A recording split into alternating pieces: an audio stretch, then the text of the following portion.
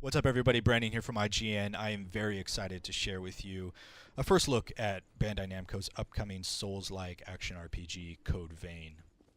Now, I don't want to talk over the whole thing. I'm just going to give you a brief overview of my experience in the about an hour I spent playing this game, and then I'm going to get out of here so you can finish watching the rest of the clip. But just a couple things to keep in mind. This is a early build, very work in progress, so pardon any dust that you see. As well as this is all handcrafted for us specifically, so don't worry about spoilers. These enemies were placed here by hand so we could get a unique approach. So top level overview. Code Vein is a Dark Souls-like game. Make no mistake, they're not trying to hide it. It is very, very much inspired by that game. Combat, as you can see, plays out very similar to Dark Souls, and if you're familiar with either Dark Souls or the Bloodborne series, I feel like it falls somewhere right between those two. It's a little faster than the early Dark Souls. Dark Souls got faster as it went along, but it's not quite as fast as Bloodborne. And it feels good. Combat feels great. Dodging moves, incoming attacks, stringing together moves and combos. Everything feels very precise. It's not very floaty at all. I really enjoyed it coming from the Soulsborne series. There's a lot to like here. I think the other thing that they're doing that might be the most obvious right off the bat is the fact that you have another player with you. It's not actually another player. Lewis here is a AI co-op companion who runs through the world with you, and you can bring different characters and they all do different things. Lewis actually revives you when you get killed. You get like a last chance ditch effort. He can cast a spell that brings you back. So he's super handy to have around. He's also a great distraction for enemies who, if they turn around, you can actually start beating on them from behind. So really nice utility thing here. You don't have to bring them in. You can play the entire game alone if you want to. Having said that, difficulty is what you expect in a Soulsborne game, so Code Vein seems like it's honoring that tradition. A little overview of the story. It is a post-apocalyptic world where these yellow things here on the left that you're looking at are called the Thorns of Judgment. They sprouted up all over the world, essentially creating a catastrophe that ended the world as we know it. The guys you're fighting here are called the Lost, and I don't know if that's a faction or a race, but they all popped up after these things came out of the ground and really just sort of destroyed the world as we know it. The other side of that is you. You are a revenant. You're sort of this blood-cursed creature who, at the expense of losing all of your memory and having this constant thirst for blood, you have crazy power and you can do all kinds of vampire-like abilities. Chief among those are the gifts. If you look down at the bottom right hand of the screen, you see all of those little icons. All of those things do different stuff, and they're cast by using blood charges. Now, blood charges are gained by attacking enemies, doing damage to them. You'll see a small gauge under the number on the left that slowly fills up as you do more damage, and this basically replenishes your blood charges. Now, you can increase the maximum number of blood charges by doing this drain attack, where the character takes his gauntlet and does this swipe, and it hits an enemy and blood fills the screen, and that increases your maximum number of charges. So the gifts down in the bottom right, as you can see here, I'm actually using one right now. It allows you to do all kinds of crazy cool utility-based stuff. The ones on the far right are more about abilities. The ones below them are buffs, more speed, more damage, stuff like that. The gifts themselves seem like a really interesting part alongside this right here, which is the focus system. You can see me turning blue, and you see that blue bar above the stamina gauge. What the focus system does is essentially that. Like, it allows you to modify your attacks so that you can do, big damage. You have a little bit more utility. For example, the uppercut that you just saw me pull off, when you're not in focus gauge, it just staggers the opponent. When you are in focus gauge, it sends them up into the air. And I actually missed it right there, but there was a prompt that appeared on screen that would allow me to do this really cool cinematic drain attack that does big damage. I think it one-shots or close to one-shots everything that I fought so far. And you gain focus by either taking damage or dodging at, I believe it's the last frame of an attack as it's coming toward you. So it seems like this really cool, versatile tool. I'm not 100% sure how it works yet, but the layer of strategy that's there seems like it's going to lend itself really well to players who get good at the fighting system. Yeah, this map was a lot of fun to play. The game itself feels very, very similar in form and function to Dark Souls, with a couple new layers, the new AI companions, the new focus feature, all of the gifts and abilities, and a lot of this is customizable and interchangeable. You can change your weapons. There's a whole arsenal at your disposal. And yeah, the story is going to come down to what is going on in the world right now and what you can do with these awesome vampire-like abilities. I had a lot of fun. I enjoy this map design. There's a lot of secret hidden stuff where you're sort of emphasized to explore, and then plenty of areas, that tried and true method of finding a key to a door, and you unlock that door, and then you find out that's a shortcut, so you don't have to walk quite as far. There's a similar checkpoint system. When you go to a checkpoint, you basically get your healing items back, and you also reset all the enemies. So exactly like a bonfire or a lantern from a Soulsborne game. But yeah, that's my first impressions of Code Vein. I really like it. As a guy who's been playing Soulsborne games for a long time, I am pleasantly surprised with how this handled for about an hour, and I'm happy to report that it was hard. I had a difficult time, especially at the end boss, which I believe we'll be showcasing a little later this month. So yeah, I hope you enjoy this. I'm going to get out of here now so you can finish watching the rest in peace. If you did stick around, we'll have a lot more coming as part of the IGN First at go.ign.com/codevein. So thanks for watching and enjoy.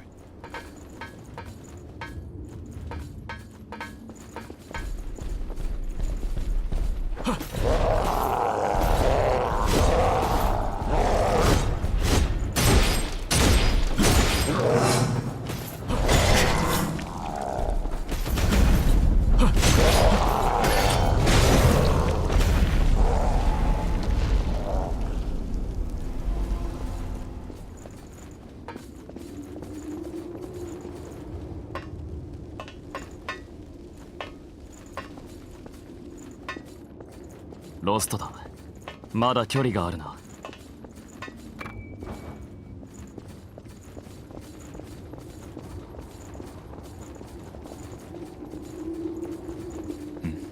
あれは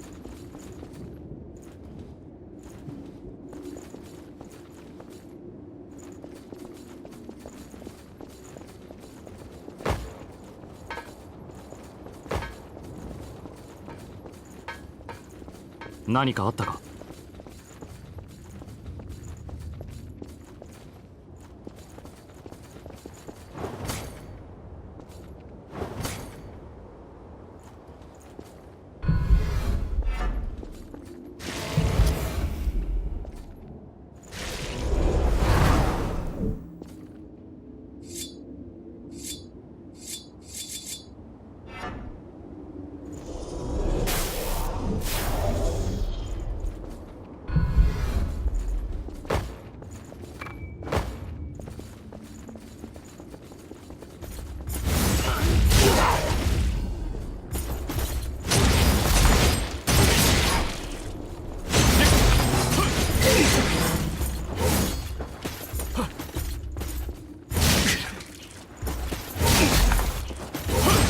その体力では危険だ。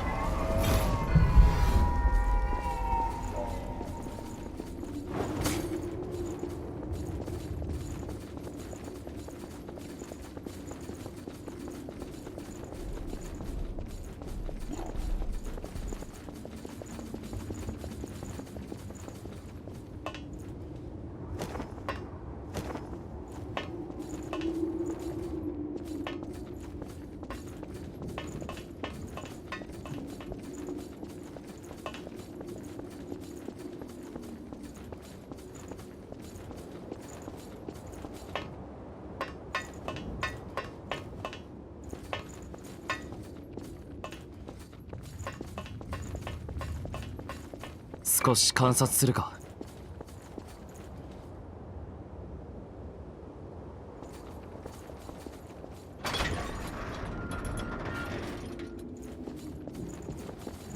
あまり気負いすぎるなよ。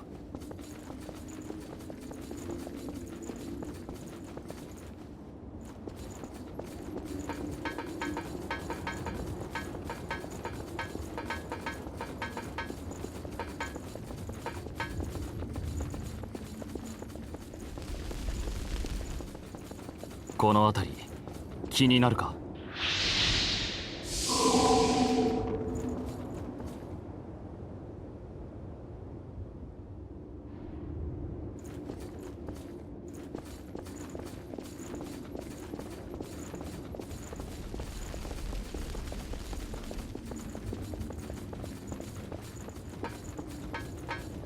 近くに敵だ。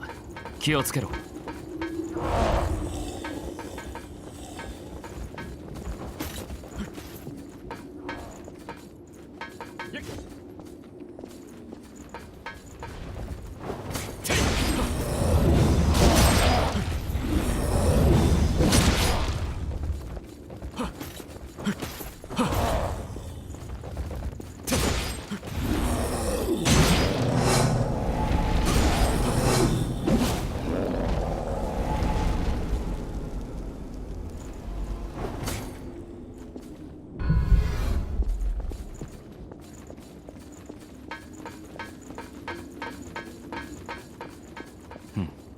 見落としに気をつけよう。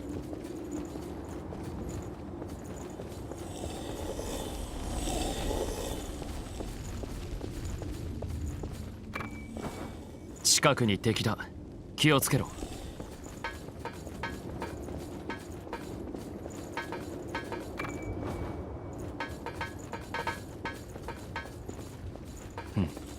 見落としに気をつけよう。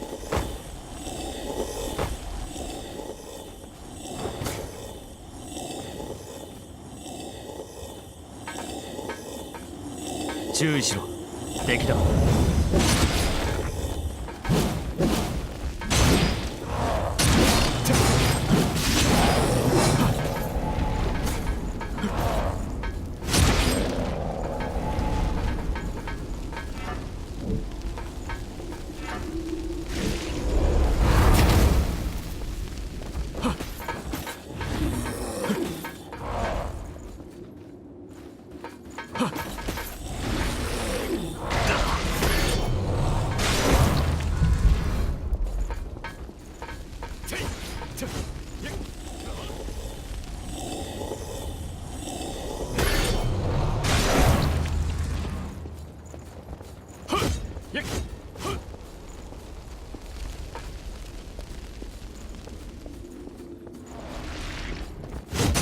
開けた場所へ出た方がいい。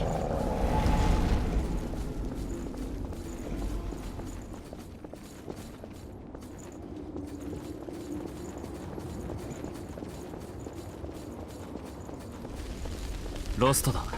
近いぞ。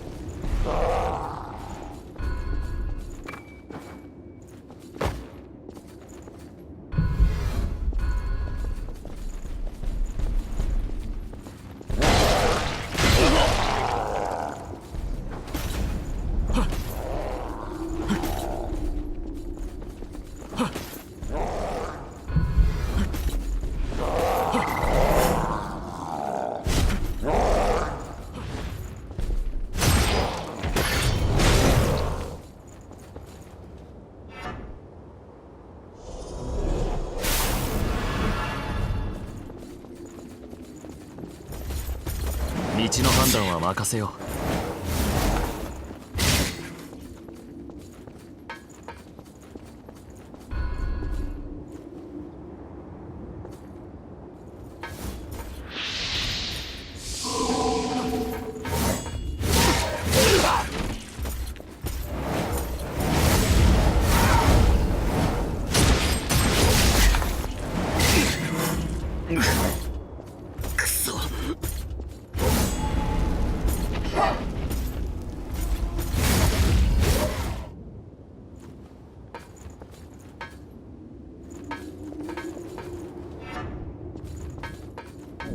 心臓が無事でよかった。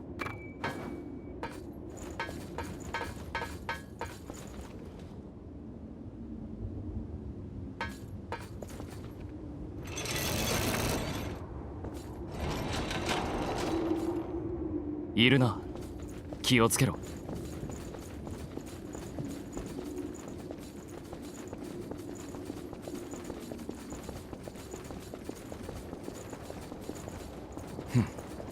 気になるな。こ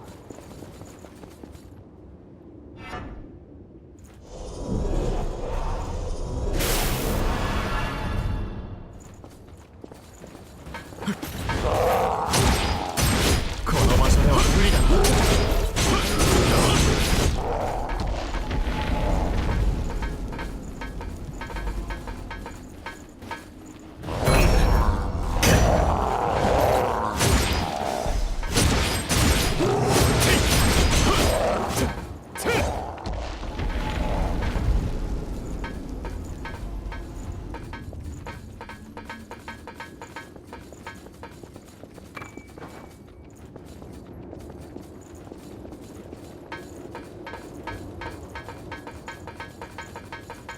早く開けた場所に出たいところだな。